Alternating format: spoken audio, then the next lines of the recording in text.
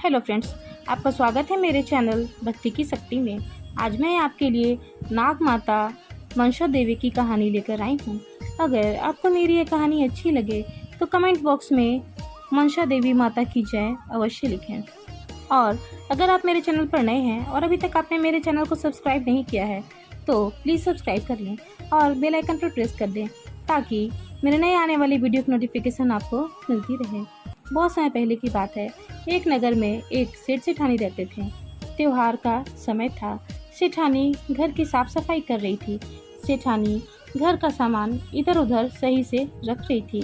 जिस कमरे में सेठानी सफाई कर रही थी उसी कमरे में एक नागिन रहती थी। सेठानी नागिन को देख नहीं पाई और गलती से भारी बक्सा उस पर रख दी। बक्से के वजन के कारण नागिन दबकर मर गई। लेकिन सेठानी पर अनजाने में नाग हत्या का पाप चढ़ गया। समय बीतता है और सेठानी बूढ़ी हो जाती है और एक दिन उसकी मृत्यु हो जाती है। फिर सेठानी एक ब्राह्मण के घर में जन्म लेती है। उसका नाम वैशाली रखा जाता है। वैशाली धीरे धीरे बड़ी होने लगती है। जब वैशाली 20 वर्ष की हो गई तब उसे एक भयानक बीमारी विषबेल हो जाती है। वैशाली के माता पिता वैशाली को बहुत सारे वैद्य हकीम को दिखाते हैं लेकिन वैशाली ठीक नहीं हो पाती है। समय बीतता है। एक दिन एक सिद्ध महात्मा वैशाली के घर आते हैं। वे वैशाली को देखते हैं और कहते हैं इस कन्या को तो विषबेल हो गई है। तब वैशाली के माता पिता पूछते हैं इसे विषबेल कैसे हो सकती है? इसका तो सर्प या नाग से दूर दूर तक कोई वास्ता नहीं रहा है। तब वे महात्मा ध्यान लगाते हैं और वैशाली के पूर्व जन्म के बारे में जानने की कोशिश करते हैं। फिर वे महात्मा बताते हैं कि यह लड़की पूर्व जन्म में एक सेठानी थी। घर की साफ सफाई करते समय एक नागिन की अनजाने में इससे हत्या हो गई। इस कारण इसे विषबेल हुई है। तब वैशाली के माता पिता पूछते हैं कि हमें क्या करना चाहिए। तब सिद्ध महात्मा कहते हैं कि इस कन्या को नाग माता की पूजा करनी होगी। अगर नाग माता प्रसन्न हो गई तो वे इसे नाग हत्या के पाप से मुक्त कर देंगी और इसे ठीक भी कर देंगी। फिर वैशाली उस महात्मा के बताए अनुसार नाग माता की पूजा करती है। मनसा देवी को नाग माता के रूप में जाना जाता है। नाग माता के दोनों ओर नाग और सर्प माता की रक्षा के लिए विराजमान रहते हैं। कई फन वाले सर्प माता की छत्र है।